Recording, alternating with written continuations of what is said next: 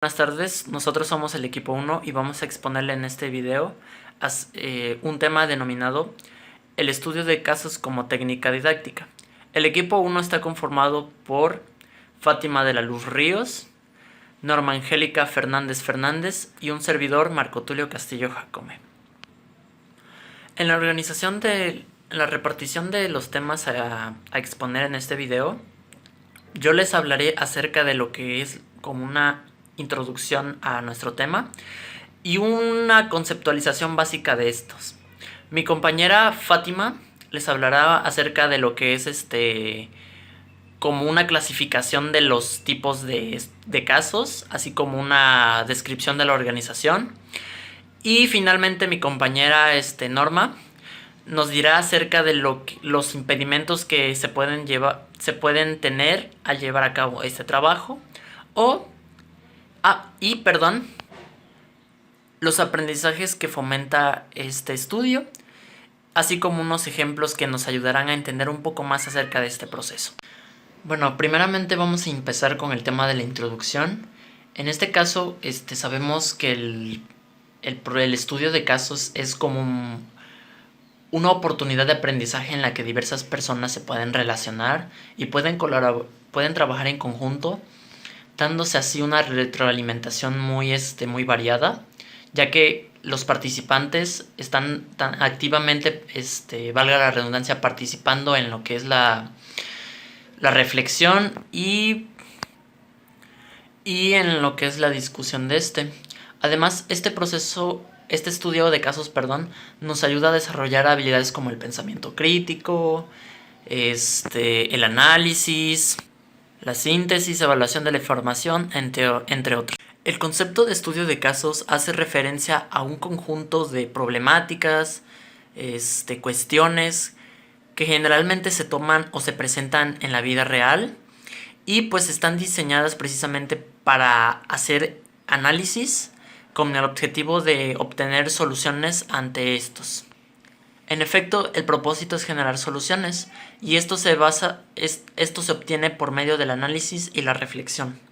Les voy a hablar también acerca de la consistencia de la técnica.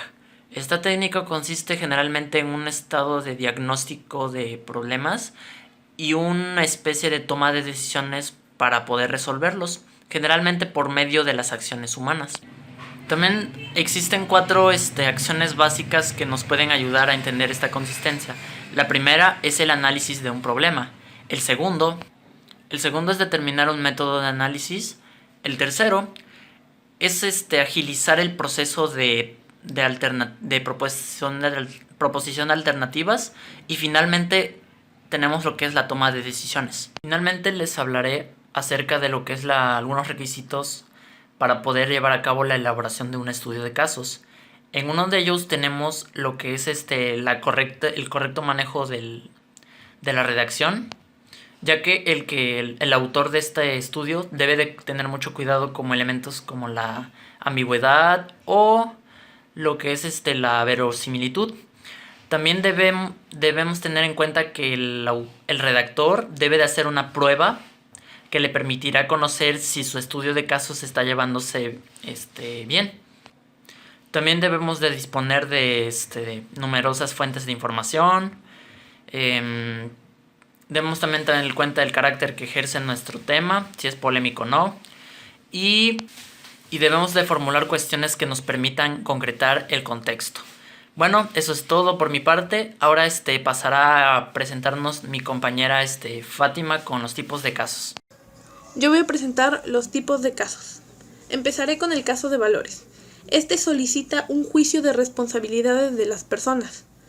Esto se refiere a que cada individuo tiene una escala diferente de valores, que lleva a que cada participante, al momento de entrar en el caso, lleve un proceso de identificación con algún personaje. Por ejemplo, si alguien se identifica con el protagonista, esto llevará a que esa persona condene al antagonista. ¿Qué queremos lograr con este caso? La resolución de las siguientes preguntas, que son: ¿cuál es el mundo de valores de cada personaje? ¿Y cuál es nuestro propio mundo de valores? Con estas preguntas podremos complementar el análisis previamente hecho, ya que este caso se lleva principalmente las posturas subjetivas que tenemos cada persona ante la vida. Ahora voy con el siguiente caso. Caso incidente. Este caso se basa principalmente en los conflictos de las relaciones humanas. El caso debe tener lagunas de información para que el individuo se vea motivado a buscar información complementaria y ésta ayude a la toma de decisiones. El caso implica la resolución a la pregunta de ¿qué haría yo para resolver este caso? Esta pregunta ayuda a fortalecer los objetivos, que son buscar información por nuestra propia cuenta, implicar al individuo en la toma de decisiones y tomar conciencia de los prejuicios, de los estereotipos y las tendencias que tenemos a deformar la realidad. Vamos con el siguiente, con el caso de solución razonada. Este caso busca encontrar soluciones razonables sin el uso de información complementaria, y el papel más importante lo juega el profesor. Este la va a hacer de animador en la creatividad, de cuestionador crítico y de integrador de soluciones. Casos donde se aplica la imaginación o de mentalización. Este determina las definiciones personales ante la situación. ¿Qué quiere decir? Estas definiciones normalmente son ideologías, aunque no se descarta la posibilidad de que sean posturas vitales o comprometidas con las situaciones reales. Caso de búsqueda real. Se trata de entrenar a un grupo en la búsqueda de casos reales y, a partir de ellos, se logrará discutir el tema y encontrar soluciones concretas. Este método solo puede aplicarse cuando previamente se ha realizado un proceso de concienciación respecto a un problema en específico. Y para concluir con los tipos de casos, finalmente tenemos el caso temáticos. Cuando se plantea un caso temático, no interesa que el grupo busque soluciones concretas a la situación, simplemente dialogar sobre el contenido específico. Por lo tanto, lo que interesa es el tema sobre el que gira este caso. Y eso es todo por tipos de casos. Ahora vamos con el tema de cómo se organiza la técnica. La técnica está organizada por medio de 4 fases. Estas son la fase preliminar, la cual es la presentación del caso a los participantes. Luego está la fase eclosiva. Esta es una explosión de opiniones, impresiones, juicios e ideas por parte de los participantes. Luego se encuentra la fase de análisis. Esta permite integrar aspectos informativos a través del consenso del grupo. Finalmente se encuentra la fase de conceptualización. Esta es la formulación de conceptos operativos aplicables en el caso y permiten ser utilizados en una situación parecida. Ahora vamos con el siguiente tema: actividades y responsabilidades de alumnos y profesores en el estudio de casos. Esta es la preparación de un caso ya elaborado. O sea que donde los alumnos y el maestro van a jugar ciertos roles dentro del tema. Como parte, por ejemplo, del rol del alumno, este deberá comprometerse con el estudio. También mostrará capacidad de aprender por cuenta propia, ya que es necesario que tenga conocimientos previos sobre el tema, que busque documentarse, que sepa trabajar individualmente y en grupo, que formule preguntas relevantes para la solución del caso, que participe mediante la expresión de opiniones, juicios y posibles soluciones, que sepa escuchar atentamente las opiniones de los demás, como también que acepte llegar a un consenso y que sepa reflexionar sobre los aprendizajes logrados. En cambio, el profesor, en su papel de moderador, motivador de la discusión y de sintetizador, deberá tener conocimiento previo sobre el caso, así como también saber formular buenas preguntas que motiven a la reflexión, a la profundización y que ayuden a clarificar ideas. El profesor deberá promover la participación, que sea un buen administrador de tiempo y que promueva la reflexión grupal de los aprendizajes logrados. Ahora vamos con el siguiente tema. Este tema es aprendizajes que fomentan la técnica de estudio de casos.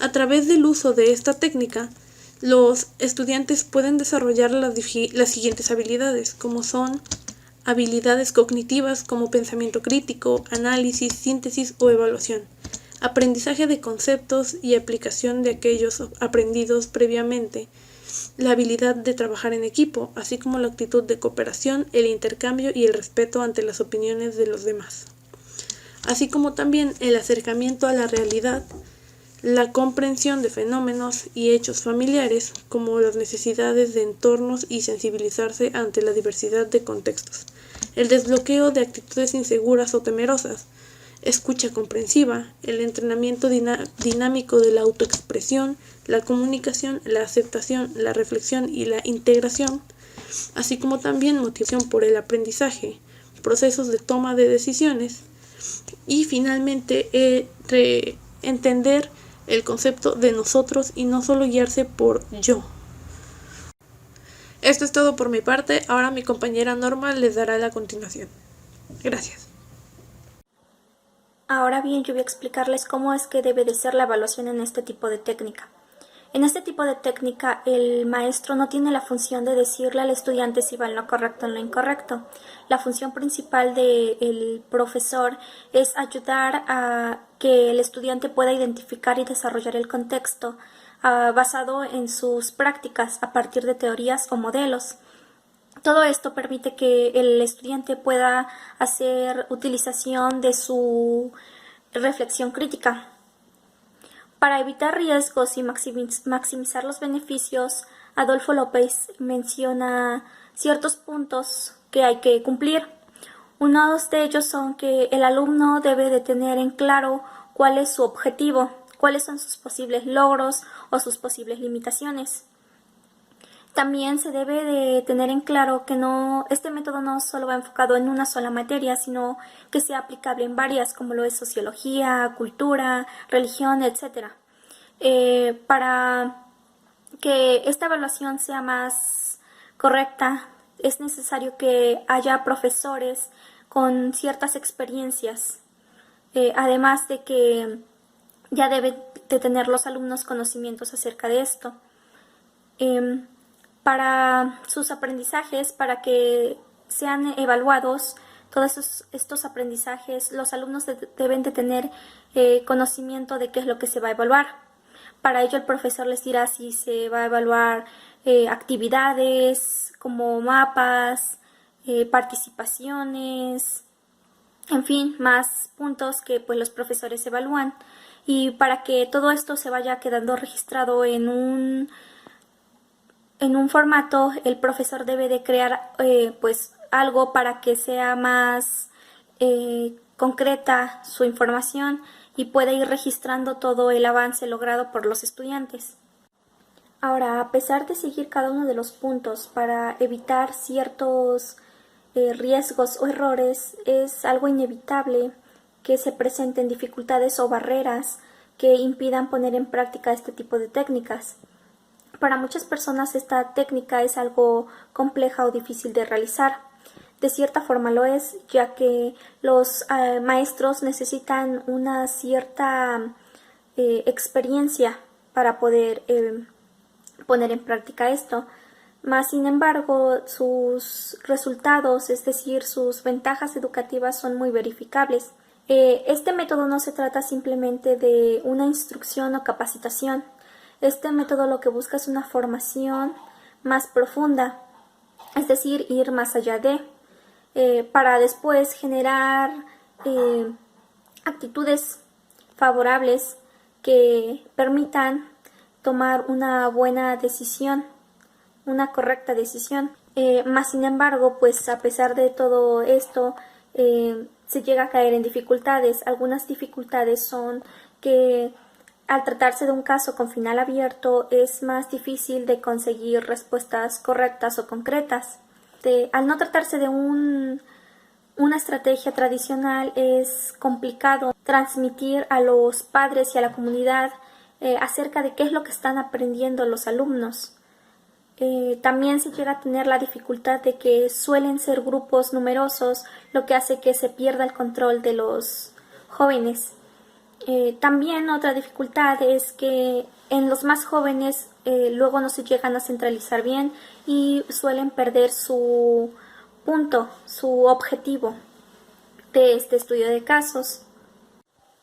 Ahora bien, explicaré algunos ejemplos. El ejemplo 1 es sobre un caso de soluciones creativas. Este se trata sobre algo ético. El problema se origina dentro de una agencia publicitaria llamada Soluciones Creativas, donde el principal criterio para con los que colabora es que los clientes tengan confianza hacia ellos.